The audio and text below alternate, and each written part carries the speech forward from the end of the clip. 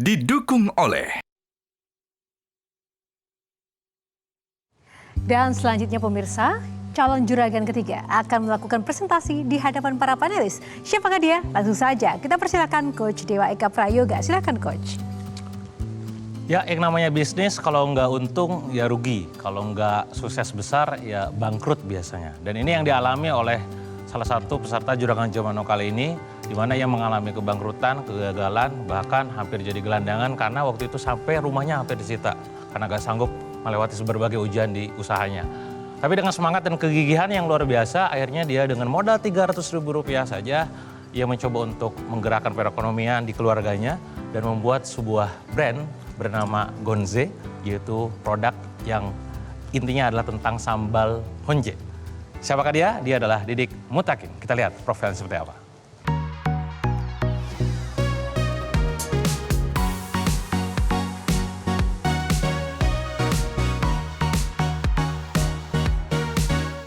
Perkenalkan, nama saya Didik Mutakin, saya dari brand Sambal Gonze. Sambal Gonze itu adalah sambal kecombrang kemasan yang dikemas secara modern namun tetap mempertahankan unsur-unsur kearifan lokal Indonesia.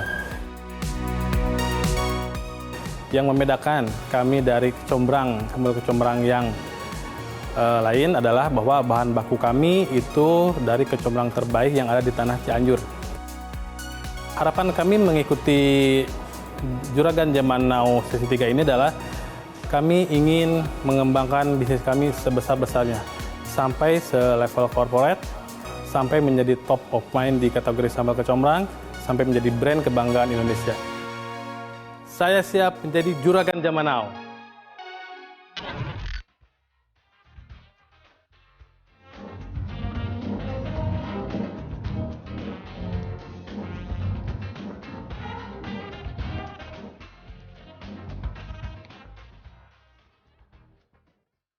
Assalamualaikum. Sampurasun. Perkenalkan, nama saya Didik Mutakin, saya dari brand Sambal Gonze. Cerita kami dimulai dari bertemunya kami dengan para petani yang putus asa, kehilangan harapan, karena mereka kehilangan lahan pertaniannya. Mereka menyambung hidup dengan cara serabutan, datang ke hutan-hutan, mencari rempah-rempah kecombrang, lalu dijualnya di pasar tradisional. Ketidakpastian ekonomi seperti itu membuat kami merasa tergerak ingin membantu mereka. Di sisi lain, kami juga ingin melestarikan rempah kecombrang sebagai daya tarik rempah Indonesia yang mempunyai cita rasa kearifan lokal Indonesia. Tren penjualan kami dari awal 2017 sampai 2023 cenderung naik. Perlu diketahui bahwa ini adalah penjualan organik. Kami belum mempunyai tim yang expert, yang profesional. Jadi kebanyakan penjualan kami ini didominasi oleh advokasi para konsumen dan review-review jujurnya para influencer yang kita sendiri nggak tahu kapan belinya gitu kan. Ini laporan keuangan kami di tahun 2022, kami surplus di angka 92 juta dengan omset to profit rasionya di angka 20%. Tantangan terbesar kami adalah bagaimana membentuk sebuah tim marketing dan tim branding yang mampu menjadikan produk kami mendominasi dunia online. Maka dari itu, saya sendiri sebagai CEO mengajak para panelis, yuk bergabung bersama kami, kita kembangkan perusahaan ini sebesar-besarnya, sampai ke level corporate, sampai brand ini menjadi brand kebanggaan Indonesia. Jadilah investor kami dengan skema pendanaan 350 juta, dengan share profit di equity 20%. Alokasi pendanaannya akan kami gunakan 70% untuk fokus membangun marketing yang expert, yang loyal, yang winning. 30%-nya lagi akan kami gunakan untuk mensupport kebutuhan produksi untuk mengimbangi marketing yang udah berjalan, yang udah bagus. Oke, satu permasalahan kalau mengangkat hal-hal seperti ini tuh familiarity-nya masih kurang ya. Honze itu mungkin kalau ditanya orang masih bingung, ini apa sih sebetulnya gitu ya. Beda sama kunyit, sama apa namanya rempah-rempah lain lah ya. Nah jadi itu satu PR yang mungkin akan membutuhkan effort cukup besar dari sisi ngebangun awareness dari produk kategorinya. Dan kedua, saya lihat sebetulnya kalau mau menjadi spesialis di situ, mungkin ada market yang cukup besar juga selain sambal ya, yang bisa dibuat gitu untuk kelolanya. Let's say misalnya bumbu nasi goreng. Nah, jadi itu salah satu olahan bumbu per single serving yang bisa lo keluarkan untuk bisa ditawarkan juga secara B2B gitu. Ya, selain pakai sambalnya, gue punya bumbu, lo tinggal gunting, pakai jadi nasi goreng kecombrang. Ya, jadi kalau kita berjualan di makanan ya, kita harus lihat juga habit customer itu seperti apa. Ya, nah kita ciptakan produk-produk yang bisa jadi habit. Makan nasi goreng itu habit. Orang sering makan nasi goreng. Ya, makan nasi putih pakai sambal betul itu jadi habit. Nah, fokus di situ. Sehingga apa yang terjadi? Orang itu akan sering beli. Ya, akan sering beli, akan sering pakai, sering konsumsi. Nah, ini kunci penting nih kalau dalam bisnis kuliner. Bagaimana kita menjadikan produk kita itu a part of habit kalau bisa sehari-hari sebetulnya. Ini sekarang PT, Pak? Apa? Masih CV. CV. Ya. Pemiliknya Saya pribadi. Bapak sendirian. CFO-nya adalah Saya sendiri. CEO Ya. di sini. CFO-nya? CFO-nya istri saya. Oke. So it's a family.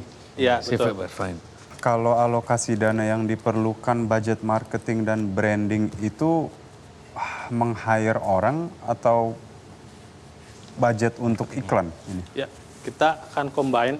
Kita akan meng-hire orang untuk supervisor marketing 1 orang, supervisor branding 1 orang. Untuk iklannya kita akan serahkan ke agensi. Sekarang di kantor di CV-nya ada berapa staff, Pak? Baru ada 2, itu pun admin. Yang masak? Yang masak itu kita pakai offshore. Karena memang kita produksinya belum tiap hari. SKU-nya ada berapa, Pak? Varian sambalnya? Untuk Total. kemasan yang terbaru kita ada 5, 6 ini baru mau launching.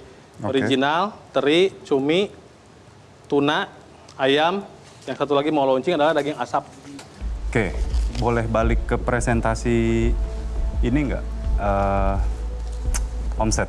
Argumentasi saya adalah tanpa adanya budget pendanaan 350 juta itu, Tuh. sebetulnya kan bisa mencapai angka 2019. Oh, Itu loh maksud saya. boleh saya cerita sebentar? Ya. Ya. Jadi tahun 2009 ini kita difasilitasi event ya, ada event di JCC. Saya nggak tahu ada influencer datang. Oke. Itu beli 1. Hari kedua dia datang lagi ngeborong. Saya tanya, Mbak buat apa? Mau saya bawa ke Paris. Gitu ya. Nah, 3 hari dari sana dia nge-tag di Instagram saya malam-malam tuh. Dia lagi makan, katanya rekomendasi banget, ini terbaik. Ya. Udah gitu, subuhnya HP saya 2 ngeheng. Itu orderan sampai di marketplace aja sampai 999 plus itu kan. Ngerti. Itu selama 2 minggu saya begadang. Saya menarik part tetangga buat bantu packing, gitu kan. Nah, dari sana dominonya terus-terusan. Hanya saja ketika pandemi, waktu itu saya belum ngeh bahwa ini harus didata, belum deh untuk ke database. Ya, dia baru nyadar bahwa sesungguhnya database sangat penting, ujung-ujungnya database itu, YOD itu. Nah, baru dikumpulin setelahnya. Itu pun rada challenging ketika marketplace itu tidak memberikan data gitu ya. Sehingga Reno nanya gitu ya, itu kalau misalkan begitu logikanya bisa dong mengembalikan omset 2019 di tahun 2022 gitu ya. Dan itu sangat masuk akal pertanyaan seperti itu. Nah, dan jawabannya pun sangat masuk akal juga karena waktu itu database-nya memang belum ada. Sebetulnya kan solusinya ya hire aja influencer yang sama untuk mendapatkan balik back to square one gitu. Dari 2019 yang udah di sini, 2023 di sini, sedikit lagi gapnya itu mungkin bisa difulfill sama influencer yang atau food blogger yang sangat relevan gitu. Karena produknya enak, harga juga masuk, shelf life juga lumayan lama ya. Dan itu udah terbukti di 2019 karena 1 tahun penuh itu growth-nya selalu tinggi. Well, saya kira ini perlu dikenalkan di masyarakat lebih dalam. Jadi dengan itu mungkin beliau bisa karena kecombrang ini kan di dalam market yang cukup saturated dengan sambal dan sebagainya. Mungkin dengan membuat KOL atau menuju KOL ini akan membuat ini lebih dikenal dan akhirnya dicoba dan karena again produknya enak sekali. Jadi perlu paling tidak ada taste-nya perlu dikenalkan di masyarakat. Oke, terima kasih untuk waktunya dan juga untuk peserta ketiga dan Coach Dewa. Terima kasih juga untuk presentasinya. Dan pemirsa, kita akan lihat tadi sudah ada 3 peserta yang memberikan presentasinya dan siapakah dari ketiga itu yang dapat menyentuh hati para panelis untuk dapat memberikan tambahan modal atau investasinya. Kita tunggu seusai jeda. Terima kasih untuk para panelis dan Coach Dewa. Silakan kembali ke tempat. Kita akan kembali sesaat lagi.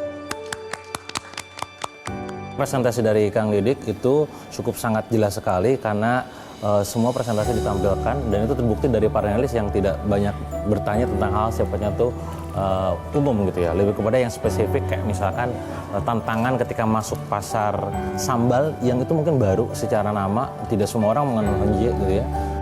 Saya sangat puas dengan presentasinya. Mudah-mudahan produk saya mendapatkan exposure lebih banyak, branding saya naik, edukasinya juga naik, dan tentunya omsetnya juga naik, asetnya juga meningkat.